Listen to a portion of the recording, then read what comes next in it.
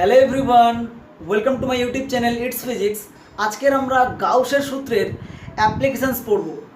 Last ক্লাসে আমি গাউসের সূত্রের ডিফারেন্সিয়াল ফর্ম ক্যালকুলেশন করে দেখিয়েছিলাম। নতুন ভিউয়ার্স যারা আছো তারা আমার চ্যানেলের ডেসক্রিপশন বক্সে দেওয়া লিঙ্ক থেকে আগের ভিডিওগুলো দেখে নিতে পারো। তো আজকে শুরু করব আমরা গাউসের সূত্রের অ্যাপ্লিকেশানস।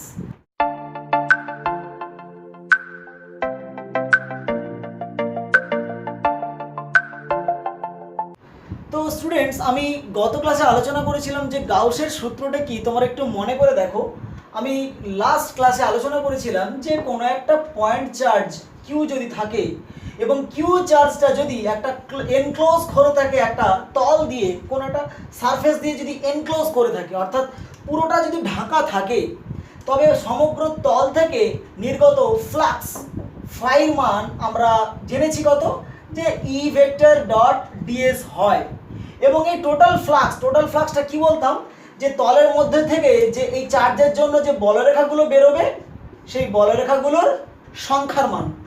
তো according to Gauss's law, Gauss বলছে যে টোটাল যে ফ্লাক্সটা বেরোবে বা বলরেখা যেটা বেরোবে তার মানটা হবে এই গোলকের মধ্যে যে আধানটা আছে তার 1/ε গুণ, অর্থাৎ কিউ ডিভাইডেড বাই এপসাইলন। মধ্যে কথা হচ্ছে গিয়ে গাউসেস থিওরেমে বলা হচ্ছে যে কোনো একটি চার্জকে যদি কোনো একটি সারফেস এনক্লোজ করে থাকে, তবে এই তলের মধ্যে থেকে মোট ফ্লাক্স বা বলরেখার সংখ্যা কত হবে না কিউ ডিভাইডেড বাই এপসাইলন। তো এই গাউসের সূত্রের সাহায্যে আমরা আজকে কি করব, যে কোনো একটা পয়েন্টে ইলেকট্রিক ফিল্ড বের করব। তো প্রথমে আমরা এই গাউসের সূত্রের অ্যাপ্লিকেশনস এইগুলোতে যাওয়ার আগে আমরা আগে জেনে নেব খুব ইম্পর্ট্যান্ট একটা জিনিস, যে গাউসিয়ান সারফেস বা গাউসীয় তল কি, এই সম্পর্কে একটু জেনে নেব। তো স্টুডেন্টস, এই গাউসীয় তলটা কি না, দেখো এই যে গাউসিয়ান, আমি যে গসেস ল বলছি, গসেস ল এর অ্যাপ্লিকেশনস, তো গসেস ল আমার কি কাজে লাগে, গাউসের সূত্র আমি কেন পড়ব? গাউসের সূত্র আমি এই কারণেই পড়ব, তার কারণ এই গাউসের সূত্রের সাহায্যে অনায়াসে একটা বিন্দুতে ইলেকট্রিক ফিল্ড বা তড়িৎ ক্ষেত্রের মান ক্যালকুলেশন করা যেতে পারে। তো এই তড়িৎ ক্ষেত্রের মান যখন আমি গাউসের সূত্রের সাহায্যে বের করব, তার আগে আমাকে একটা ইম্পর্টেন্ট জিনিস জানতে হবে। কি বলেছিলাম না, গাউসীয় তল বা গসিয়ান সারফেস। তো গসিয়ান সারফেসের আমার একটা ক্লিয়ার ধারণা থাকা দরকার, তবে গিয়ে আমি ইলেকট্রিক ফিল্ড বা তড়িৎ ক্ষেত্র অনায়াসে বের করতে পারবো। তো কি বলা হচ্ছে, যে কোনো একটি পয়েন্ট চার্জ, একটা পয়েন্ট চার্জ কিউ, সাপোজ একটা কিউ পয়েন্ট চার্জ নিয়েছি। তো এই কিউ পয়েন্ট চার্জের জন্য কোনো একটা বিন্দু আর দূরত্বে একটা বিন্দুতে আমি কি করব, একটা পি বা একটা পয়েন্ট ধরে নিচ্ছি। তো কিউ চার্জ থেকে একটা পি পয়েন্টে আমি ইলেকট্রিক ফিল্ড বা তড়িৎ ক্ষেত্র বের করতে চাই। তো তাহলে এই বিন্দুটাকে আমি কি করব, গাউসীয় তলের মধ্যে কল্পনা করে নেব। অর্থাৎ আমি বলতে চাইছি যে কোনো একটি চার্জের জন্য কোনো বিন্দুতে যদি ইলেকট্রিক ফিল্ড বা তড়িৎ ক্ষেত্র বের করতে হয়, তবে ওই বিন্দুটাকে নিয়ে আমি একটা তল কল্পনা করব। এই বিন্দুটাকে নিয়ে আমি একটা তল কল্পনা করব এবং মাথায় রাখবে যে তলটি সিমেট্রিক হয় যেন, অর্থাৎ তলটি প্রতিসম হবে, টেরা বাঁকা যেন না হয়।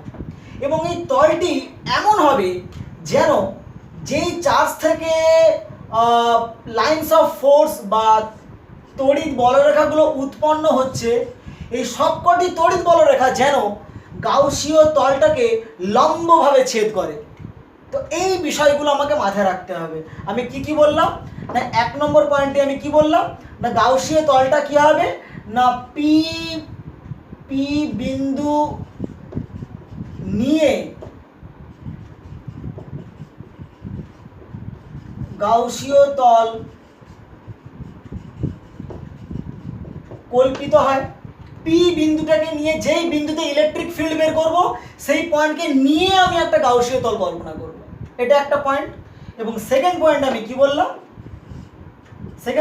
বললাম না, গাউসীয় তলটা এমন হবে যেন প্রত্যেকটা বলরেখা তলটাকে লম্বভাবে ছেদ করে। তাহলে কি বলবো, তলটি প্রতিসম হবে এবং তড়িৎ বলরেখা তলকে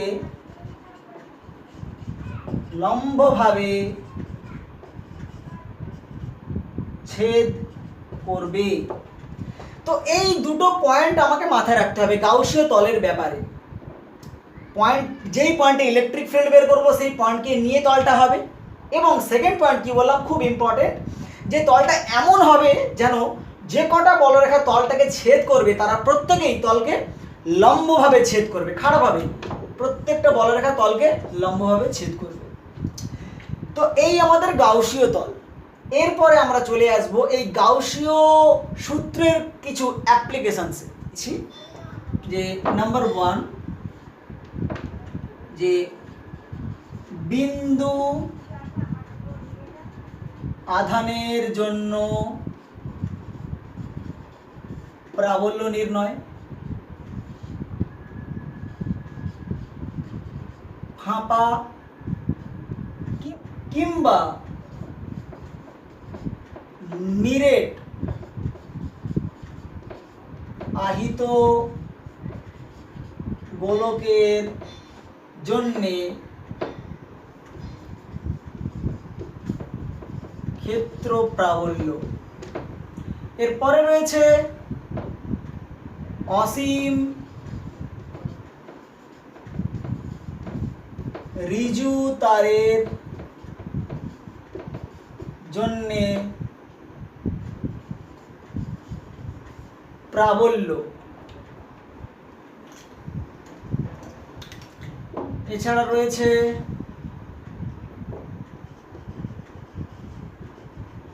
অসীম বিস্তৃত আহিত তলের জন্যে প্রাবল্য। তো মোটামুটি গাউসের সূত্রের সাহায্যে এই ধরনের কেসগুলোতে কোনো একটি আহিত বস্তুর জন্য কোনো একটি নির্দিষ্ট বিন্দুতে তড়িৎ ক্ষেত্র প্রাবল্য নির্ণীত হয়। তো আজকের আমরা বিন্দু আধানের জন্য ক্ষেত্র প্রাবল্য ক্যালকুলেশন করে দেখব। তো বিন্দু আধানের জন্য ক্ষেত্র প্রাবল্য কিভাবে করবো দেখো, খুবই সহজ। তো আমি ধরে নিচ্ছি যে একটা পয়েন্ট চার্জ কিউ এখানে রাখা আছে, পয়েন্ট চার্জ কিউ। তো ওই কিউ একটা বিন্দু আধান, কিউ বিন্দু আধান থেকে এরকম একটা আর ডিস্টেন্সে, এরকম একটা আর দূরত্বে একটা পয়েন্ট রয়েছে। এই পয়েন্টে আমি ধরে নিচ্ছি একটা একক ধনাত্মক আধান আছে, +1 চার্জ আছে। তো এই কিউ বিন্দু আধানের জন্য এই রকম একটা বিন্দুতে আমি ক্ষেত্র প্রাবল্য বের করব। তো কিভাবে করব, যখনই কোনো বিন্দুতে ক্ষেত্র প্রাবল্য বের করতে হবে তোমরা কি করবে না, ওই বিন্দুটাকে নিয়ে একটা গাউসীয় তল কল্পনা করে নেবে। তো গাউসীয় তল কি বলেছিলাম না, যেই বিন্দুতে ক্ষেত্র প্রাবল্য বের করতে হবে সেই বিন্দুটাকে নিয়ে একটা প্রতিসম তল কল্পনা করা হবে, এই সেই প্রতিসম তল। এবং কি বলেছিলাম যে গাউসীয় তলের মধ্যে থেকে যে বলরেখাগুলো বেরোবে তারা সবসময় তলের উপর লম্বভাবে থাকবে। দেখো এই কিউ আধান থেকে যদি কোনো বলরেখা বেরোয় তারা দেখো তলকে লম্বভাবে ছেদ করছে। তো আমরা একটা গাউসীয় তল কল্পনা করে নিয়েছি, দেখতেই পাচ্ছ, এগুলো মুছে দিলাম আমি। তো কিউ বিন্দু থেকে আমি আর দূরে একটা বিন্দুতে ক্ষেত্র প্রাবল্য বের করব, অলরেডি আমি তল কল্পনা করে নিয়েছি। এইবারে কি করব, এই যে বিন্দুটা যেখানে আমি একক ধনাত্মক আধানটাকে রেখেছি সেইখানে একটা ছোট্ট তল কল্পনা করব। মানে ধরে নাও তোমরা একটা ফুটবলের কেন্দ্রে কিউ আধান আছে এবং সেই তলের ওপরে একটা ছোট্ট অংশ নিয়েছি, ক্ষেত্রফল নিয়েছি। যেই ক্ষেত্রফলটার উপরে কে বসে রয়েছে, একটা একক ধনাত্মক আধান বসে রয়েছে। তো এই তলটার আমি ক্ষেত্রফল ধরে নিচ্ছি ডিএস, এই তলটির ক্ষেত্রফল। এইবারে আমরা কি করব, এই ছোট্ট ডিএস তলটার মধ্যে দিয়ে কিউ আধানের জন্য কত পরিমাণ ফ্লাক্স বেরোয় আমরা বের করব। তো আমাদের মাথায় রাখতে হবে আমাকে কি বের করতে হচ্ছে না, কিউ আধান থেকে আর দূরে একটা বিন্দুতে ক্ষেত্র প্রাবল্য বের করতে হচ্ছে। তো গাউসের সূত্র থেকে আমরা বলবো যে টোটাল এই ডিএস তলের মধ্যে দিয়ে যে ফ্লাক্সটা বেরোচ্ছে ডি ফাই সমান কত না, ক্ষেত্র প্রাবল্য ই ডট এই তলের মধ্যে দিয়ে তো বলরেখা বেরোচ্ছে, তো ডট ডিএস। ক্ষেত্র প্রাবল্য কোন দিকে, কিউ আধান একক ধনাত্মক আধানের উপর বল প্রয়োগ করছে, ক্ষেত্র প্রাবল্য সে ক্ষেত্র প্রাবল্য ডিরেকশন কোন দিকে? এই দিকে, এই দিকে ক্ষেত্র প্রাবল্য ই এর অভিমুখ। আর যে তলটি কল্পনা করেছি সেই তলের অভিমুখ কোন দিকে হয়? না তলের অভিমুখ সবসময় তলের লম্ব দিকে হবে, তলের লম্ব দিকে, মানে ওই একই দিকে হবে। অর্থাৎ তলের অভিমুখকে আমরা এন ক্যাপ দিয়ে ডিফাইন করি। তো তলের অভিমুখ এন ক্যাপ, ক্ষেত্র প্রাবল্য ওই একই দিকে। তো তাহলে দেখা যাক কি আছে। এবং এই গাউসের সূত্রে কি বলা হচ্ছিল যে টোটাল তলের মধ্যে দিয়ে যে ফ্লাক্সটা বেরোবে তার পরিমাণ কত হবে? না তলের মধ্যে যে আধান আছে তার 1/ε গুণ। তলের মধ্যে আধানের পরিমাণ কত? কিউ। তো কিউ ডিভাইডেড বাই এপসাইলন। তো আমি এখানে ডিএস তলের জন্য ফ্লাক্স বের করছি কত? d5। তো পুরো যদি এরকম ডিএস ডিএস ডিএস ডিএস করে যদি টোটাল তলের জন্য মোট ফ্লাক্স বের করতে হয়, তাহলে মোট ফ্লাক্স কি আসবে? ইন্টিগ্রেশন করব, ইন্টিগ্রেশন d5 মোট। তো মোট তলের মধ্যে দিয়ে ফ্লাক্স d5 কত আসবে? E dot DS. তো ইন্টিগ্রেশন লাগাবে এখানে। তো এইবারে দেখো যে ইন্টিগ্রেশন করলে তড়িৎ ক্ষেত্র প্রাবল্যের অভিমুখ কোন দিকে? এই দিকে। তলের অভিমুখ কোন দিকে? ওই একই দিকে। তাহলে কি আসবে? না ই ডিএস ইন্টু কস কত ডিগ্রি? এদের মধ্যবর্তী কোণ কত? ক্ষেত্র প্রাবল্য যেই দিকে তলের অভিমুখ সেই একই দিকে, তাহলে মধ্যবর্তী কোণ কত? Theta equals to 0 degree. তো কি আসবে? ই ডিএস কস 0 ডিগ্রি সমান কত পাচ্ছি? Q divided by epsilon. তো সমান কি হচ্ছে? E into DS equals to Q divided by epsilon. আচ্ছা ডিএস কোন অংশের ক্ষেত্রফল? এই ছোট্ট অংশের ক্ষেত্রফল। তাহলে টোটাল যে তলটা যদি এরকম ডিএস ডিএস ডিএস ডিএস এরকম অনেক যদি আমি তল কল্পনা করি, প্রত্যেকটা তলের মোট মান কত আসবে যোগ করলে? একটি গোলীয় তলের যে ক্ষেত্রফল, একটা ফুটবলের যে ক্ষেত্রফল কত? না 4πr²। তো আমি কি পাচ্ছি তাহলে? যে ই ইন্টু 4πr²। অর্থাৎ এখানে 4πr² কোন তল বুঝতে পারছো তোমরা? না আমি যে গাউসীয় তল কল্পনা করেছিলাম সেই তলের ক্ষেত্রফল। তো সমান কত? না কিউ ডিভাইডেড বাই এপসাইলন। তো তাহলে আমি ক্ষেত্র প্রাবল্য পাচ্ছি যে ক্ষেত্র প্রাবল্য ই ইকুয়ালস টু পাচ্ছি আমরা কিউ ডিভাইডেড বাই 4πr² নিচে চলে যাচ্ছে 4πε ইন্টু r²।